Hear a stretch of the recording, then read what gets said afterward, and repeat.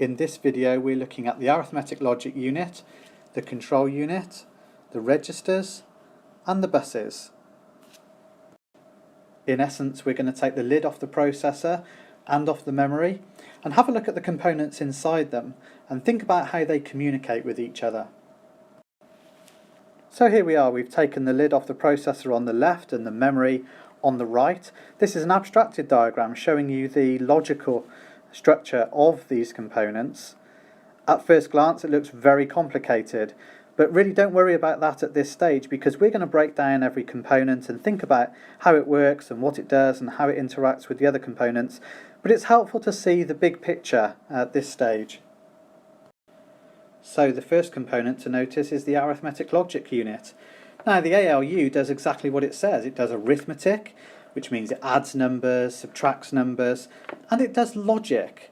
So it can compare binary numbers, see if they're the same, see if one is bigger than the other, and obviously this is very helpful when we're writing programs. The next component to consider is the control unit. Now the control unit sends signals to coordinate how the processor works. It controls how data moves around parts of the CPU and how it moves between the CPU and the memory.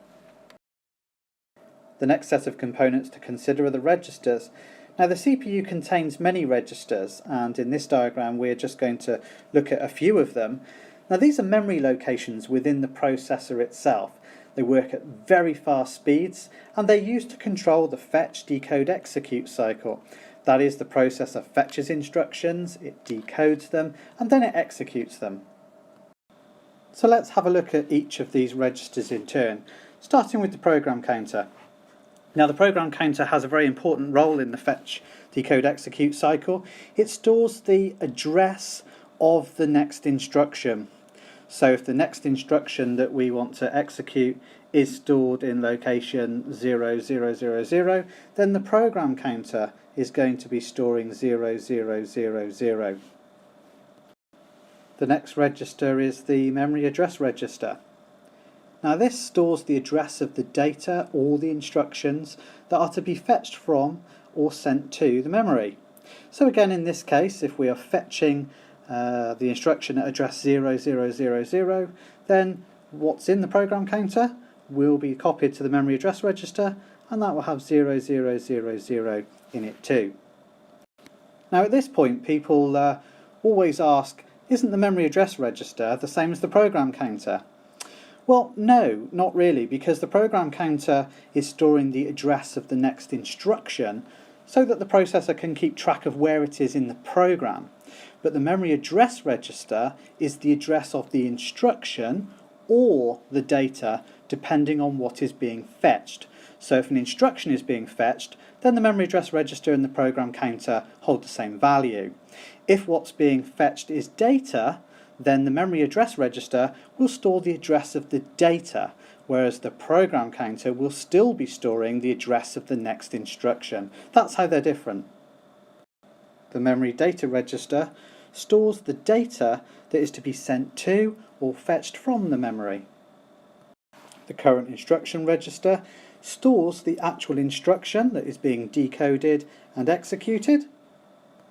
The accumulator stores the result of calculations made by the arithmetic logic unit. And finally we have the interrupt register, which we don't need to worry about at the moment. There are lots of other registers in the processor, and those are outside of the scope of what we're looking at the moment. The final set of components to consider are what are known as the buses. You've got the address bus, the data bus, and the control bus. And these are the communication channels between the central processing unit, the processor, and the memory and the other components of the computer system. The address bus carries the address of the instruction or data that's in the memory address register from the processor to the memory. You'll notice that this bus only goes in one direction. It's only the processor that can send an address to the memory. The data bus carries data between the processor and the memory. You'll notice that it's a bidirectional bus, so data can go in either direction. In reality, the name data bus is a little bit misleading because the data bus can of course carry the instruction from the memory to the processor as well as data. And finally we have the control bus, which sends control signals between the processor and the components. You'll notice that it's a bidirectional bus, so the processor can send control signals to the relevant controllers and they can send control signals back to the processor. A typical example might be a memory read command to say that we want to read what's in the memory, or a memory write command to say that we want to write data back to the memory. Now collectively you might hear the term system bus or front side bus, and this is referring to the collection of the address bus, the data bus and the control bus in a system.